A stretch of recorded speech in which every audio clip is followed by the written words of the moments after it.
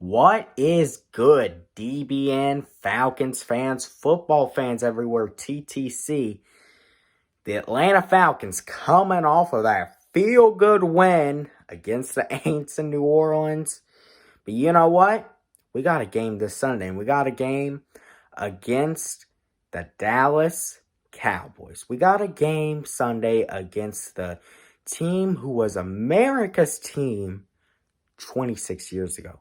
Because we all know that the Atlanta Braves are America's team right now. You see, the Cowboys were America's team 26 years ago. But now, and you know what? You're having a pretty damn good year. Can't even lie. Everything's finally come full circle for you. Dak's healthy. You got your weapons. Zeke looks like he's back on track. You got Pollard to go along with him. And your defense, well, they haven't effed up so far. Let's just say that. So you're looking pretty good. But you know what? Everyone always looking for reasons, good or bad or whatever, trying to find a speck of information that involves the Dallas Cowboys. Just grab it and talk about it for hours and hours on end. It just annoys me and it annoys everyone else. And that is one of the reasons why we hate the Cowboys, because we're tired of hearing about y'all. We are. And you know what? You got a pretty good team this year. Honestly, you might have the best team this year since those teams in the 90s. But you know what? We're going to have to see where you are in the postseason. And you know what? Looks like you're probably going to make the postseason. Props to you. Let's see what you can do with it. So, anyways, let's talk about this game on Sunday and some of the few concerning topics. So, the Falcons obviously coming off of that win in New Orleans, and they got to go to Dallas. The Cowboys coming off of a home loss against the Denver Broncos. So, the Cowboys are 6-2. The Falcons are 4-4 heading into this game. And when you look at it, even with Dallas's loss last week, the Cowboys are going to be favored to win. Why won't they? Everyone still thinks that they're America's team. Everyone is hyped up over Dak and Zeke and all this. Even though they lost last week, we know they're not going to lose their hope yet. And you know what? The Cowboys should win this game. They very well should win this game. Heck, it shouldn't even really be that close. But the Falcons proved last Sunday, there is any given Sunday in the NFL, and if you catch a team off like we did to the Saints, and you know what? The Saints tried to do their little comeback late, but you know what? We caught them. We went back to doing what we did, and Matt Ryan just hit Patterson with that bomb.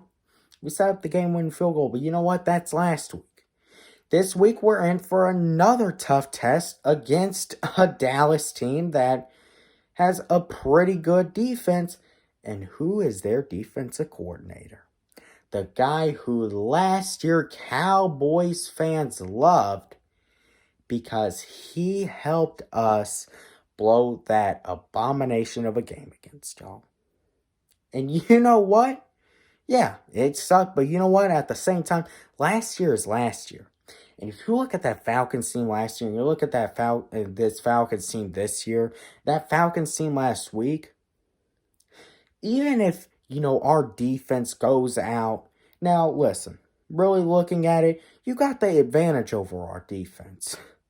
But don't do what you did last week and let us catch you off guard. Because if we do that, you never know what can possibly happen. Don't go and make this defense that really, when you look at it, we got Grady Jarrett and we got AJ Terrell.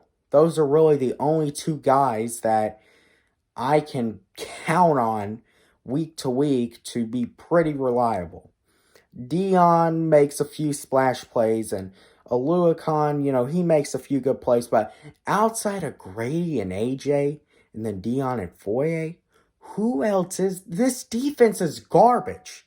Don't go out and do what you did last week and make this defense look relatively good. Dak was, he was looking awful last week from what I heard.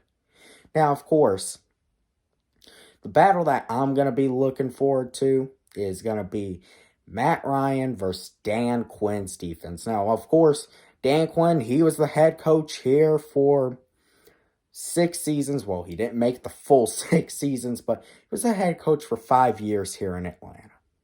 So, of course, he knows a lot about Matt Ryan and Matt Ryan's play. But you know what?